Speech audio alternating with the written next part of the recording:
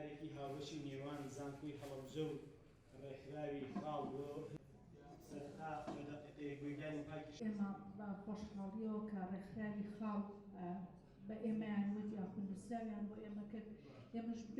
پرۆژەی ئەنسیکلۆپیدیای پارێزگای هەڵەبجەیەکی کە لەو پرۆژە گرنگانەی کە ئێمە بە هەند وەرماگرتووە هەر کاتێک کە پەیوەندیان بە ئێمەوە کرد ئێمە بێت دوو دڵەیەک سەرڕەزامەند بووین بەوەی توانە زانستی مرۆییەکانمان بخینە خزمەت ئەم پرۆژەیە. لە ڕاستیدا پارێزگای هەڵەبجە پڕە لە مێژوویەکی پڕ معریفە، پڕ زانست، پڕ ڕۆشنبێری، پڕ کەلتور، پڕ زانیاری.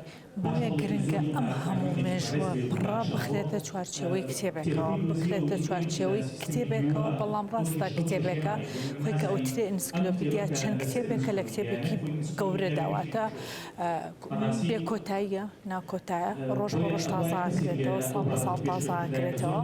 خۆتان دەزانن هەڵەبجەش بڕیەتی لە جۆرەها ڕووداوی جۆرا و جۆر، بڕیەتی لە جۆرەها ڕووداوی سەرنجڕاکێش، بڕیەتی لە مێژوویەکی پڕ شارستانیەت لە شاعران، لە ئەدیب دۆستان، لە کەسانی شۆڕشگێڕ و ئەوانەی کە ڕۆڵیان هەبووە لە شۆڕشی نوێی کورد و کوردایەتیە. سەر ڕای ئەو هەموو ئەمانەش دەزانن کە هەڵەبجە بۆ ناسراوە کە ژنان ڕۆڵێکی ئێجگار گەورەیان هەبووە لە بەرەو پێش جوونی ڕۆتی مێژوودا. ئەمەش بەشێکە بێت لەو مێژوە گرنگەی کە لەم ئەنسیکلۆپیدیایدا جێبێتەوە. بۆ ئێمە کارێکی ئێجگار گرنگە، پیرۆزبایی لە خۆمانەکەین، لە هەڵەبجەکەین، لە هەرێمی کوردستانەکەی.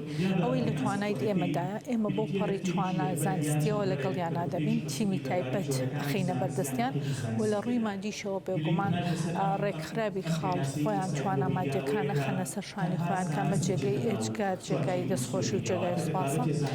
خۆتان دەزان لە دنیای ئێستادا لە ڕووی ئەلکترۆنی و ویکیپیدیا ڕۆڵێکی ئێجگار گرنگی هەیە.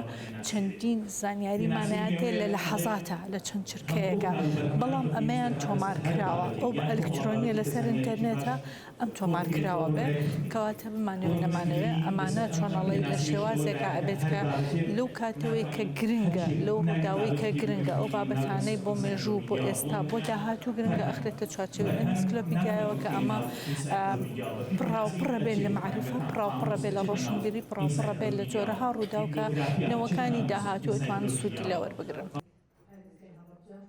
میوانانی عزیز لە هەر پێگە و پلۆپۆستێکدان هەموو لایەکتان بەخێر بن سەر چۆمان